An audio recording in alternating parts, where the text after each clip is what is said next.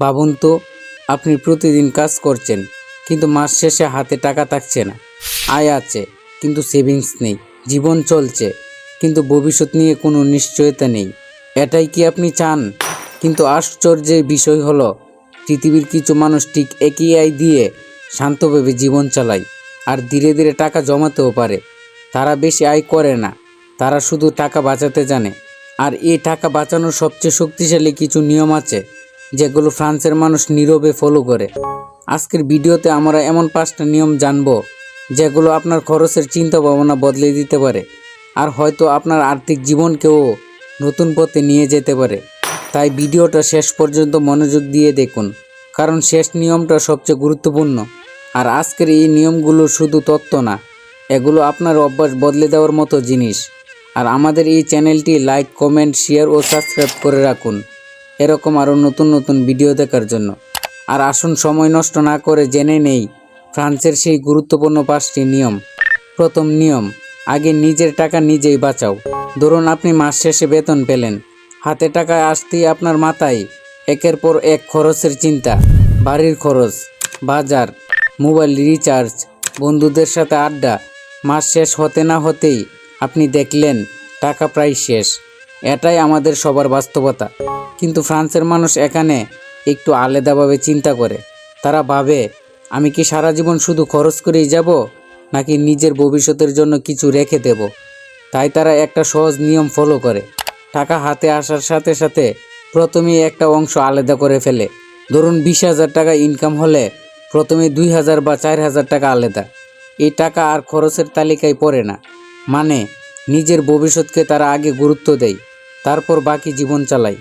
শুরুতে একটু কষ্ট লাগে, মনে হয় টাকা কমে গেছে, কিন্তু কয়েক মাস পর আপনি নিজেই অবাক হবেন কিভাবে আপনার কাছে টাকা জমা হতে শুরু করেছে। দ্বিতীয় নিয়ম, প্রয়োজন আর ইচ্ছার পার্থক্য বোঝা। একটা ছোটো ঘটনা ভাবুন। আপনি বাজারে গেলেন, একটা সুন্দর জুতা চোখে পড়লো। আপনার পুরনো জুতাটা এখনও ঠিক আছে, কিন্তু নতুনটা দেখতে অনেক সুন্দর। এখন প্রশ্ন, আপনার এটা প্রয়োজন নাকি ইচ্ছা? আমরা বেশিরভাগ সময় এই জায়গাটাই ভুল করি। আমরা ইচ্ছাকে প্রয়োজন মনে করে ফেলি। ফ্রান্সের মানুষ এই জায়গাটাই খুব কন্ট্রোলড। তারা নিজেরা নিজেদের একটা প্রশ্ন করে, এটা না কিনলে কি আমার কোনো সমস্যা হবে? যদি উত্তর হয় না, তাহলে তারা সেটা কিনে না। শুনতে খুব ছোট একটা ব্যাপার মনে হলেও এই ছোট সিদ্ধান্তগুলোই মাস শেষে বড় সেভিংস তৈরি করে। কারণ প্রতিটা অপ্রয়োজনীয় জিনিস না কেনা মানে আপনার টাকা বেঁচে যাওয়া। তৃতীয় নিয়ম, ছোট খরচে আসল চোর। আমরা অনেকেই মনে করি বড় খরচ করলে টাকা শেষ হয়, কিন্তু সত্যটা একটু আলাদা। টাকা শেষ হয় ছোট ছোট খরচে। ধরুন প্রতিদিন 50 টাকা চা, 100 টাকা ফাস্ট ফুড। আপনি হয়তো ভাবছেন এইটা কিছু না, কিন্তু মাস শেষে হিসাব করলে দেখবেন 3 থেকে 4,000 টাকা শুধু এইখানেই চলে গেছে। ফ্রান্সের মানুষ এই জায়গাটাই খুব সচেতন। তারা প্রতিদিনের ছোট খরচগুলো নজরে রাখে।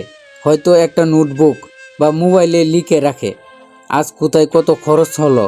এই ছোট অভ্যাসটা তাদের চোখ খুলে দেয়, আর তারা বুঝতে পারে টাকা কোথায় নষ্ট হচ্ছে। আর তারপর ফলাফল, অপ্রয়োজনীয় খরচ কমে যায় আর সেভিংস বাড়তে থাকে।